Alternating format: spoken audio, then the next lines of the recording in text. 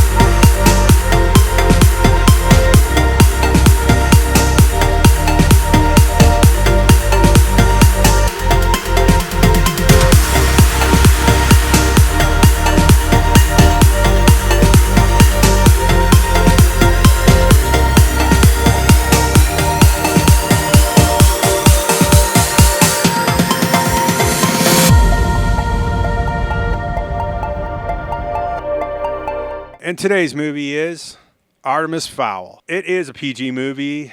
It is an hour and 35 minutes. It is an adventure, family, fantasy. Little light on the fantasy, I feel. Because, I don't know. I just expect elves and dwarfs to be elves and dwarfs, not, sci-fi creatures. I feel like this more than sci-fi.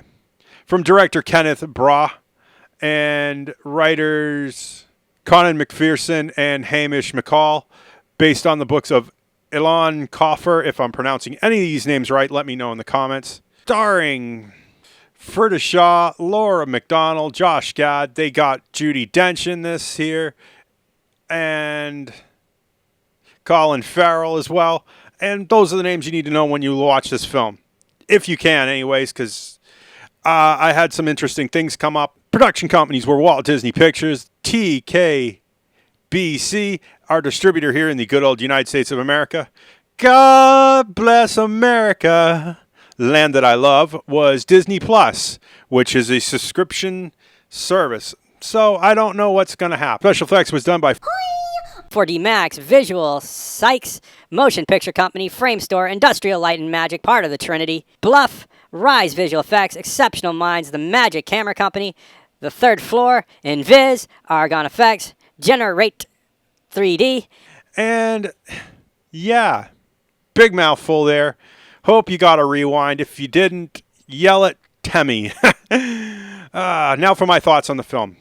I'm going to start out by saying my Disney Plus account that was donated has been suspended for God knows why. We sent out an email to the person who donated. They said everything seems fine. We haven't got an email, but they went to log in and the account is terminated. I don't know why. And this caused me to not be able to hear the last, I'm going to say 15 minutes of the film. It was pure silence. So if Artemis Fowl did have any, interesting of coming of age things to say, I kind of missed out on that. But I feel like I didn't miss out on much because Artemis Fowl comes off as a bit of a smart jerk. And I don't know if this is the same in the movie as it is in the books, which I feel like if you don't know the book series, they're going to throw you in on this, and this is a very sink or swim kind of film. For that, characters, love them, but don't have enough, backstory to really fall in love with them. And, Fredida Shaw as Artemis Fowl, I feel he comes off super smarmy, and it just seems like Colin Farrell was a waste, and they got Judi Dench on this, which, God bless her, she's 80-something plus years now. We aren't going to have her for much longer. She is a national treasure. And they put a vocal effect to her voice to make it kind of raspy and growly, and it's kind of insult to injury to do that, if you know what I mean. What else can I say? And because I didn't get to hear the last 15 minutes of the movie, it felt like I might have missed out on some of those friendships and things that might have, maybe changed my mind on it. I love some of the characters. Sally Messam as Sky Willow was really nice. I just wish there was more to understand. And that whole sink or swim thing comes back into play, which that's a roundabout argument, and we don't need to go through that again. And you can see why. I think a lot of people got let down on this. It's a visually interesting movie with a lot of interesting premises that I feel got crammed together to make this movie what it is. You know what I'm saying?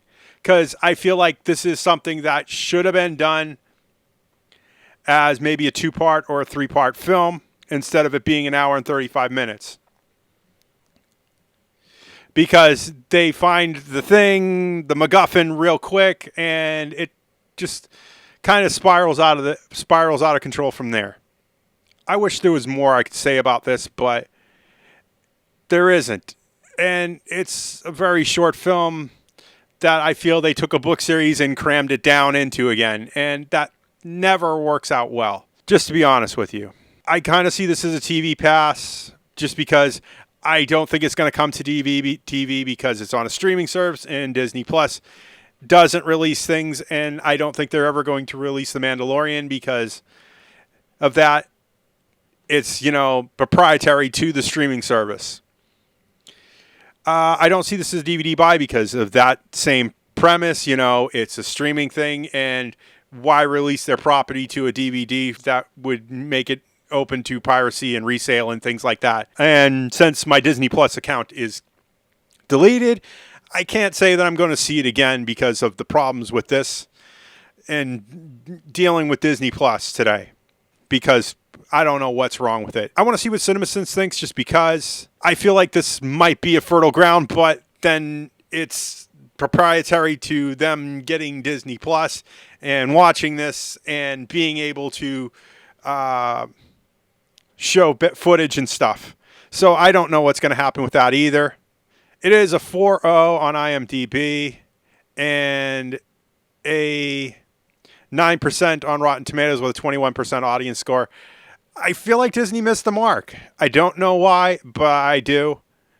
It's a decent movie, and I think people overreacted a little bit, but it's so short and punchy that it doesn't really let you get used to those characters, understand their motivations and things like that. And that's what causes this to happen. With all that said, if you like what you see in here, make sure you click that like button. Likes and views are how YouTube works. It's not the way I like it, but it's the way things are now. And it is what it is. Remember, all comments are 100% guaranteed response. You type to me, I type to you. Let's be YouTube friends, shall we? And I do have to ask. I have an Amazon. I have a Patreon. Your donations are how this channel stays afloat, man. I want to thank you for your donations so far, and thank you for supporting my American dream. And with all that said, for a final time, because there's a giant running joke on this channel that I cannot stop saying that, if you want to see more of this nonsense, click that subscribe button and that little bell icon. Ring-a-ding-ding. And I will see you all in the next movie review. Bye!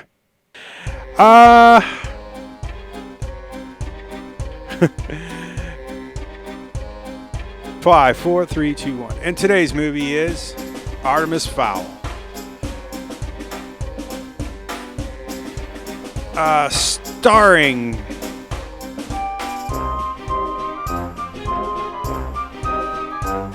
it just wasn't what I was looking for. You know, I saw Judi Dench was in this and I was super excited, and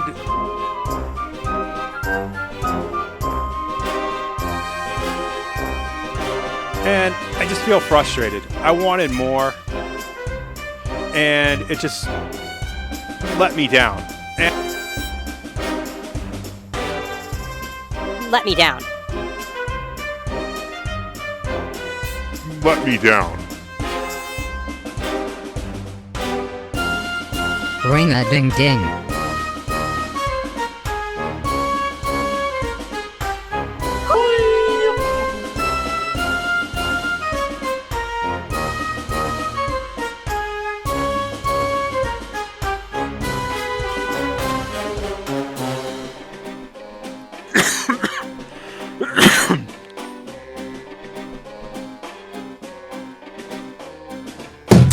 Yes!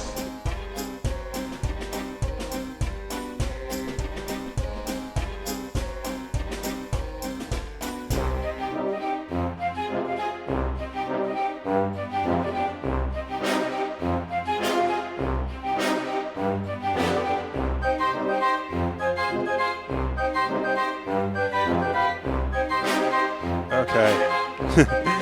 And that's how we make the videos. Ba ba ba ba ba.